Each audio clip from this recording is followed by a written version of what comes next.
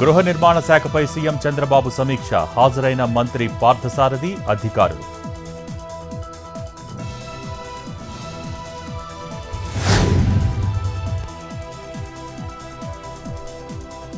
CM Revanth రెడ్డితో మాదిగ ఎమ్మెల్యేల భేటీ, మాదిగలకు మంత్రి పదవి ఇవ్వాలని కోరిన ఎమ్మెల్యేలు, మంత్రివర్గంలో తమకు అన్యాయం జరిగిందని ఆవేదన, ఢిల్లీ వెళ్లి సోనియా గాంధీ, రాహుల్ గాంధీని కలవాలని సూచించిన సీఎం రేవంత్.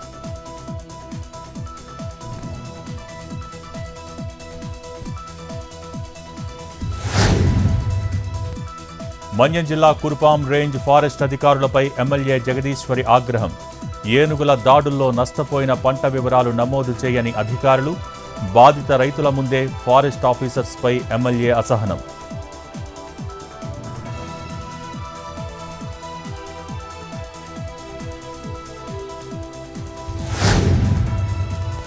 ఢిల్లీ హైకోర్టులో కేజ్రీవాల్ బెయిల్ పిటిషన్పై తీర్పు రిజర్వ్, సీబీఐ కేసులో బెయిల్ మంజూరు చేయాలని పిటిషన్, ముగిసిన వాదనలు, తీర్పు రిజర్వ్ చేసిన ఢిల్లీ హైకోర్టు.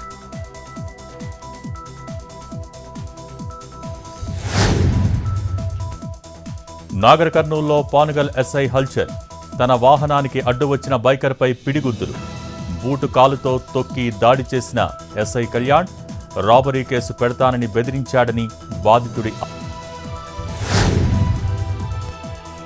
ఘనంగా ఫలాహారం బళ్లు, ఘటాల ఊరేగింపు, డీజే చప్పుళ్లు, తీన్మార్ డ్యాన్సులతో దద్దరిల్లుతున్న హైదరాబాద్.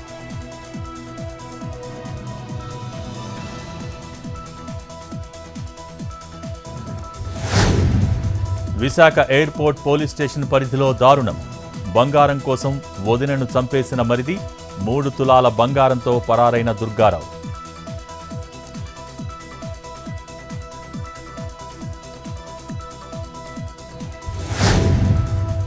పశ్చిమ గోదావరి జిల్లా పాలకొల్లులో వృద్ధురాలిపై దాడి, రాళ్లతో కొట్టి ఒంటిపై ఉన్న 10 కాసుల బంగారం దోచుకు వెళ్లిన దుండగుడు, తీవ్ర గాయాలతో ఆసుపత్రిలో.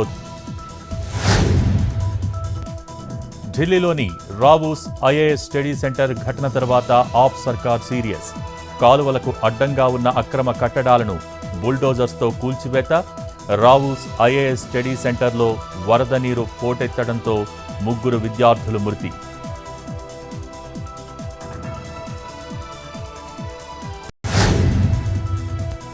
లెబనాన్లో ఏ క్షణమైనా ఇజ్రాయెల్ దాడి చేసే అవకాశం, భారతీయులు జాగ్రత్తగా ఉండాలని రాయబార కార్యాలయం నుంచి అడ్వైజరీ జారీ.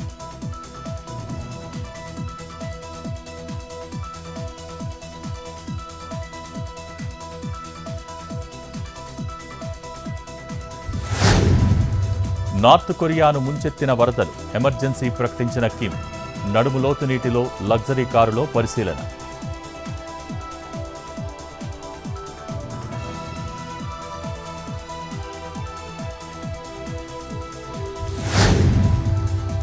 తెలంగాణలో రేపు ఎల్లుండి తేలికపాటి వర్షాలు, పలుచోట్ల బలమైన గాలులు వీచే అవకాశముందన్న వాతావరణ శాఖ.